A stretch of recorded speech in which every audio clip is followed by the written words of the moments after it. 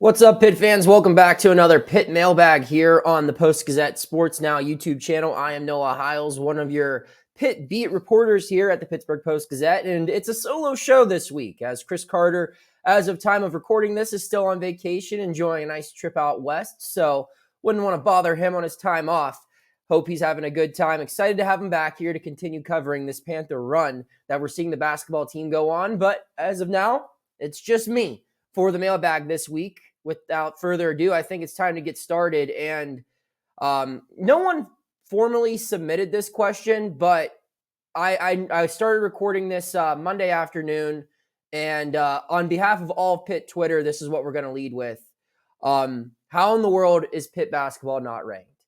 All right. And I think this was the heading of the show last week. It was about the disrespect that Pitt gets and, it not getting the love in Ned or Ken Palm and should it be ranked and everything.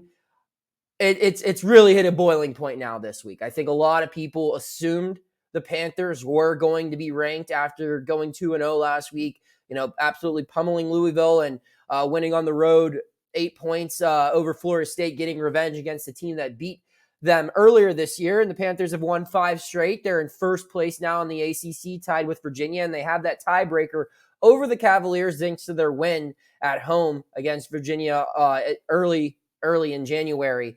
But still no love from the AP poll, which came out Monday afternoon. 3 teams in the ACC are ranked. It's NC State, who moved down a spot to 23.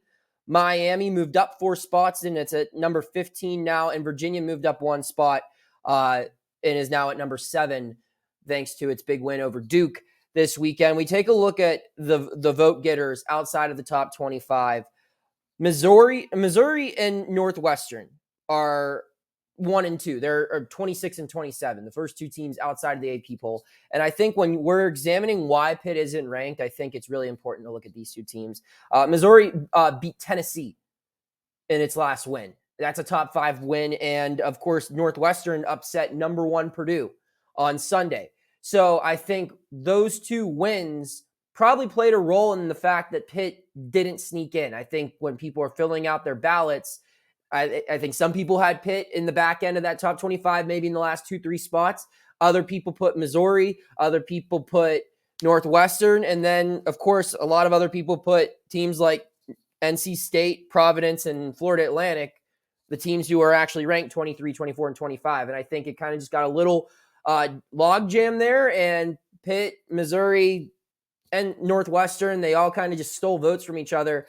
And that's why all 3 of them missed out on the AP top 25. Pitt is actually at number 29 now. It moves from 30 to 29, only up 1 spot. But last week, Pitt got 26 points in the voting system. It's not just votes. There's a whole bunch of people throughout the country who vote, and you get a certain amount of points based on where you are in that ballot.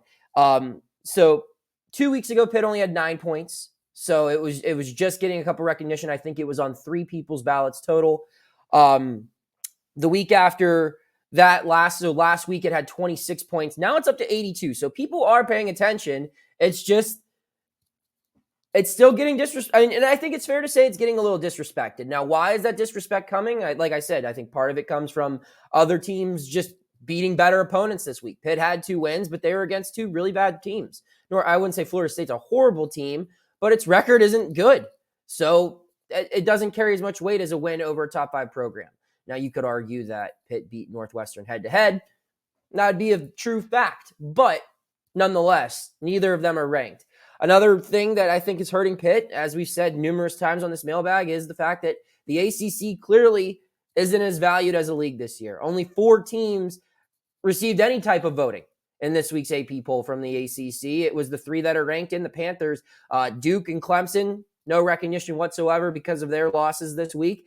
And that's really it. So when you're only beating in 1 week, it's different. When you're only beating 2 bottom-of-the-barrel ACC teams and that conference isn't really valued, you're just not going to get the votes you need to jump from 30 to a top 25 spot. Now, is that frustrating? Absolutely, it's frustrating.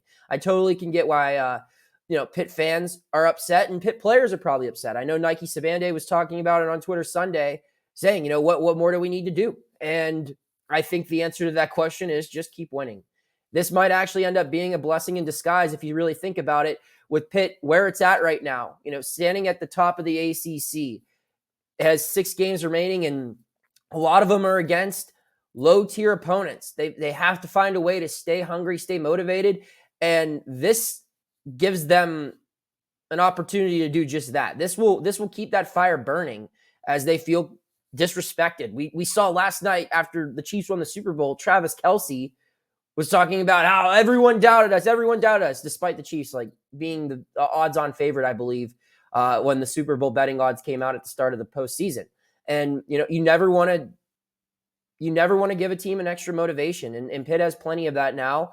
I think that they're going to use it to their advantage. Jeff Capel probably loves this, honestly, because it allows his team to really lock in. It doesn't allow games like Boston College and Georgia Tech, or even a tough road game that they have Saturday at Virginia Tech, to serve as potential trap games, because they're going to be extra locked in right now because they're motivated to, quote unquote, prove the haters wrong.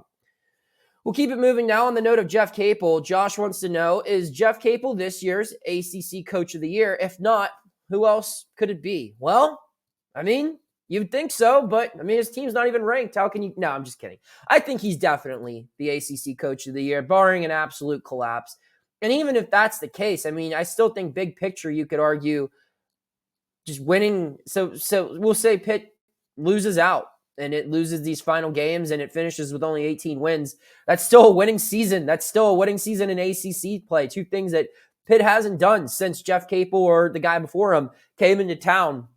That's a tremendous step forward for this program. And while nationally Pitt might not be getting the respect it might deserve because of the failure it's experienced in the past half decade plus, I think ACC-wise, a lot of people are speaking highly of Pitt. In the last 2 post-game press conferences I was at, Kenny Payne on Tuesday night and Leonard Hamilton on Saturday, both of them spoke incredibly highly of the job that Jeff Capel's done, just constructing this roster and the way the team plays together and just the amount of talent the Panthers have on their roster. So I do think that people who are paying attention and really watching the ACC recognize that, the Panthers have by far taken the biggest step forward, and that's in large part due to the efforts and successful efforts, I should say, of Coach Jeff Capel, who I do think will be the ACC's Coach of the Year, barring something catastrophic. It's looking like Clemson is kind of falling apart really toward this end stretch, so I don't think they have an argument, and you could go with maybe Tony Bennett or something, but Virginia's good every year. So it really just does seem like it's a one-man race at this point, but again, you never know. We'll move on now. B wants to know, as we start looking ahead to the ACC tournament and potential seeding, what are the matchups we should be hoping for or trying to avoid? I like this question. I think I looked as right now, Pitt would have the double bye because it's going to be it would be the 1 seed right now. And I believe that would mean it would play either Duke or Syracuse, or the winner of their matchup or something along those lines.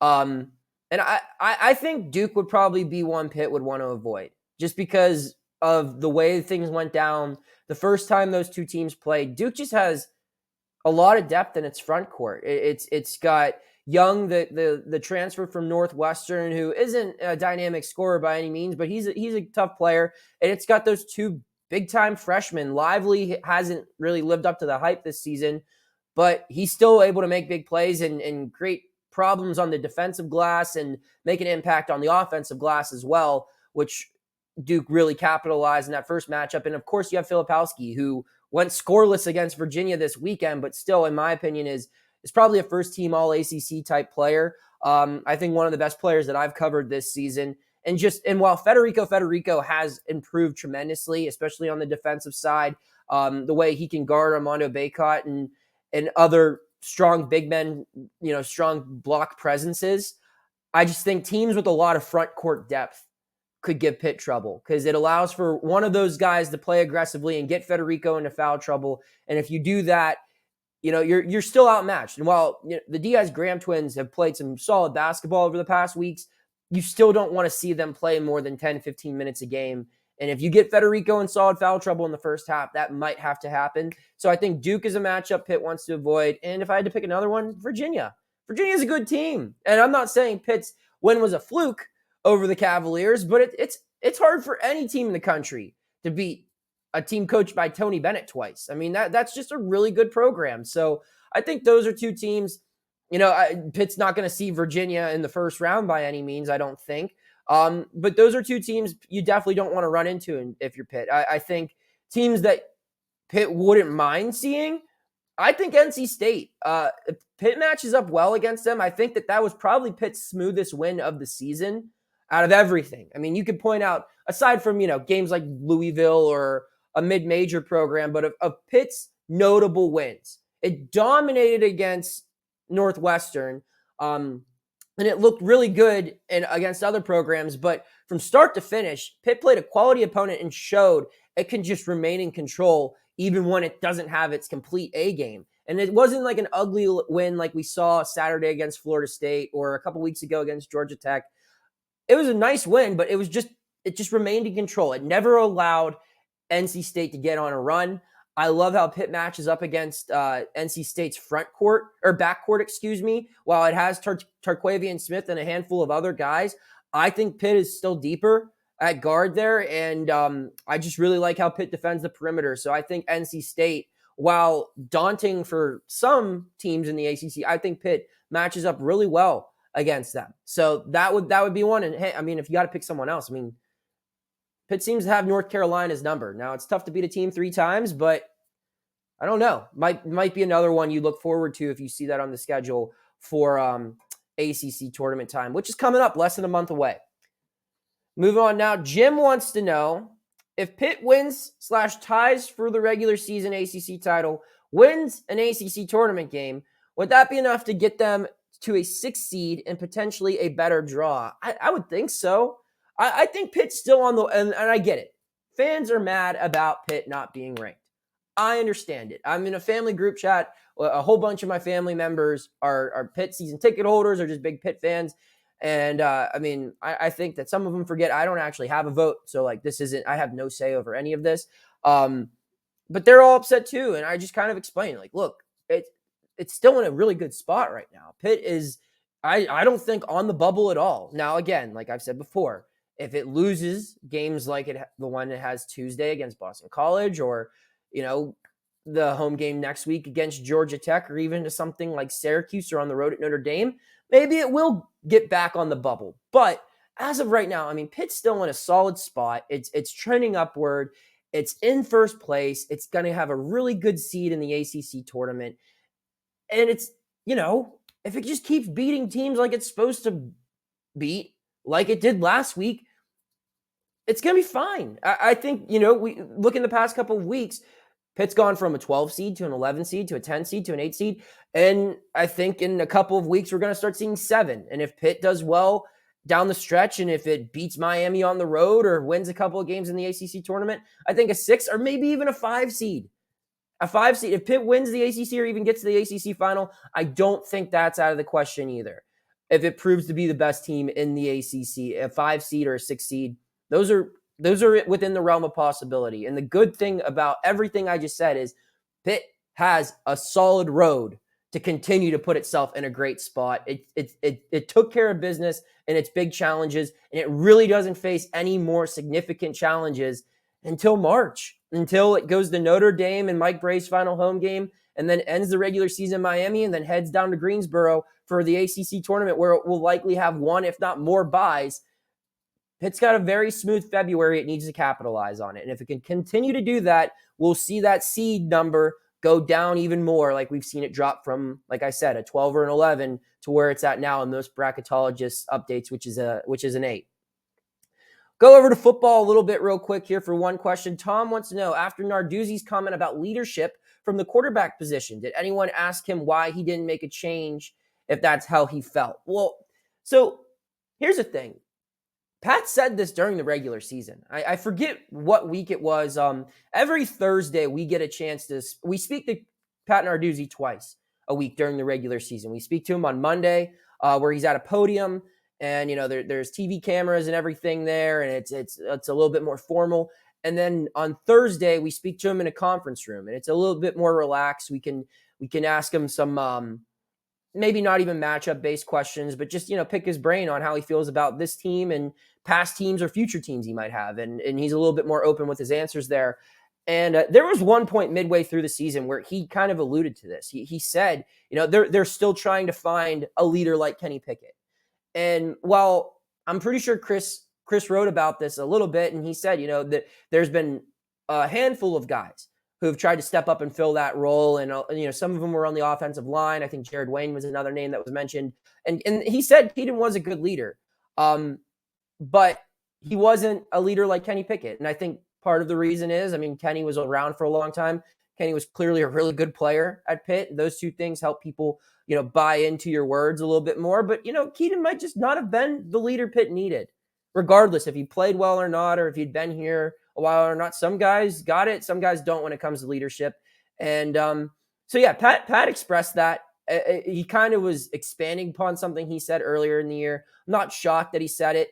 He said on National Signing Day, I believe, he said, they knew there was a chance Keaton Slovis could leave, and they knew there was a chance they kind of wanted him to leave. So I don't think he means any disrespect with that. I think he's just being honest. I think that they took a gamble on Slovis bringing him in, and it didn't work out for either side, and that's okay. That stuff happens in sports, and both parties have moved on. Slovis has a new Power 5 program that he's going to be playing for. There's BYU and Big 12. I don't know. BYU is a good program. Nonetheless, Keaton has a new team. Pitt has a new quarterback. Both sides have moved on. Pat made this comment in the grand scheme of things, out of everything Pat has been known to say in the offseason, I wouldn't put this one up there near the top as far as, wow, that's certainly a take. I think in that same interview, he called the NCAA clowns. That one stood out to me more than him saying that they lacked a little bit of leadership at the quarterback position, because if you looked, I think it was pretty clear that they did. So we wrap up the show now with Rover asking who on Pitt's current roster has NBA potential. List the current roster, grading by NBA prospect ranking. I'm not going to go that far into detail. People don't need to know what my NBA grade for, Nate Santos is, or things like that. And no disrespect to Nate Santos. He's a great player, but I'm not breaking down guys on, the bench for Pitt and what their NBA scouting grades are. But I think who on Pitt's roster has NBA potential. If I had to pick one person, I think it's Federico, personally. Jamarius Burton has a game that probably would have translated a lot better to the NBA a couple decades ago. I think his inability to really knock down threes consistently probably results in him not getting drafted to the NBA. That and his age, I think a combination of those two things probably. I think he'll have a very successful professional career. Not sure if it's in the NBA, though. Same could be said with Greg Elliott and Nike Sabandi and Nelly Cummings. All the guys are graduating. I think they're going to continue to play basketball. I just don't know if it's the NBA for, like I said, their ages. And, if you're 23 years old, 24 years old, going out for the NBA draft, you've got to be a surefire first-round prospect. And none of those guys are. And that's not me being disrespectful. That's just looking at the reality of the situation at hand. But as far as NBA prospects go, Blake Hinson maybe could be someone that guys are intrigued by, maybe a second-round pick. But I think out of everyone right now who's playing for Pitt, it's Federico. I think his length and his defensive game translate great to the next level. His offense clearly needs to develop, but I don't know. I think he'd be worth at least a team taking a flyer on, a guy who can protect the rim, who can run the floor. I see him in warmups all the time, shooting from the outside. He does not have a bad outside shot. I think if he could develop that and maybe just take that scoring average next season from like 5 points a game to 10 or 11 points a game, he would be someone that would at least, I think, get an opportunity to play in the NBA at one point or another. Now, if we're going through Pitt's total roster, I think another name that probably would have NBA potential would be Dior Johnson. Clearly, he's not playing this year, but he's probably the most NBA fit guard on Pitt's roster. Granted, he's not playing this season, but next year we might see that. Who knows? So those are all the questions we got. I appreciate everyone submitting them as always. Hit that subscribe button if you haven't already to the Post-Gazette Sports Now YouTube channel. Keep checking out our Pitt coverage at post-gazette.com. I've got some exciting stories I'm ready to run later this week. I think we've had some good coverage over the past month or so, and this has just been a really fun run to cover as someone who's been here for less than a year now. First basketball season on the beat. It's going a lot better as far as the team's performance than many expected. It's been fun to cover. I appreciate everyone following along. Continue to follow along. We'll continue to have coverage here at the Pittsburgh Post-Gazette. Take care. Thank you for checking out this content from Post-Gazette Sports. If you liked the video, please like it and subscribe to our YouTube channel. If you enjoyed it on Apple Podcasts, please rate us 5 stars on Apple Podcasts. For 6 months of digital access to post-gazette.com for just $6, click the link down in the description.